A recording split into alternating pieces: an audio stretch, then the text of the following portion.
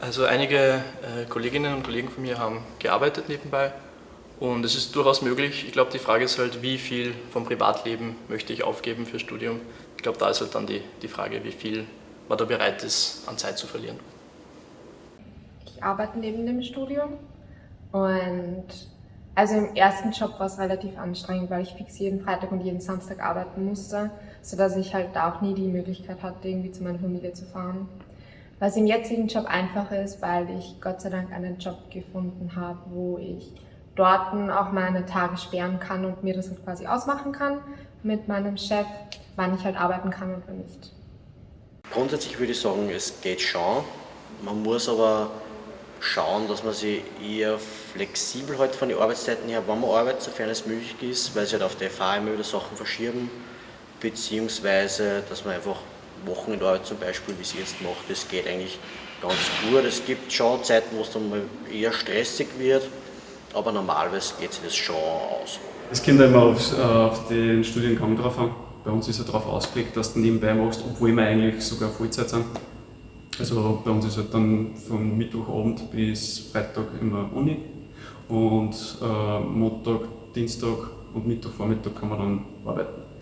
Prinzipiell, ja, es kann schon dann teilweise stressig werden, vor allem wenn du dann auch Überstunden machst in der Arbeit.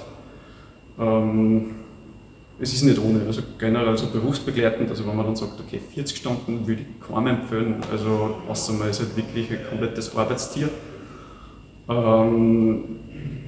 Eher, also selbst wenn man berufsbegleitend macht, dann nur so 30 Stunden maximal und da ist wirklich dann schon hart. Also gerade dann Prüfungszeit und Projektzeit und so, das, ja. Aber man bringt es unter den Hut, man muss es halt ein bisschen einteilen und mitlernen war halt auch.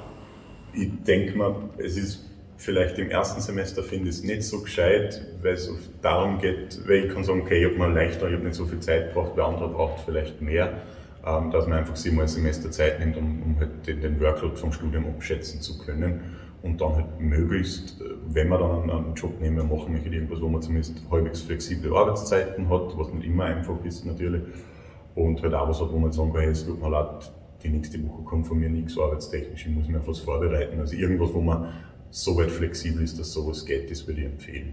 Wenn man irgendwo zu eng eingespannt ist und es kommt dann zu viel zusammen, dann macht man sich, glaube ich, damit was kaputt oder kann sich damit einfach das Studium irgendwo in Erfolg kaputt machen. Ich finde schon, dass es möglich ist. Ich glaube, man braucht schon selber ein bisschen Flexibilität und es kommt auch auf den Job drauf an. Also ich habe zum Beispiel als Freidienstnehmerin nebenbei noch gearbeitet. Da ist es ganz gut gegangen, weil ich mir halt die Stunden selber einteilen können habe.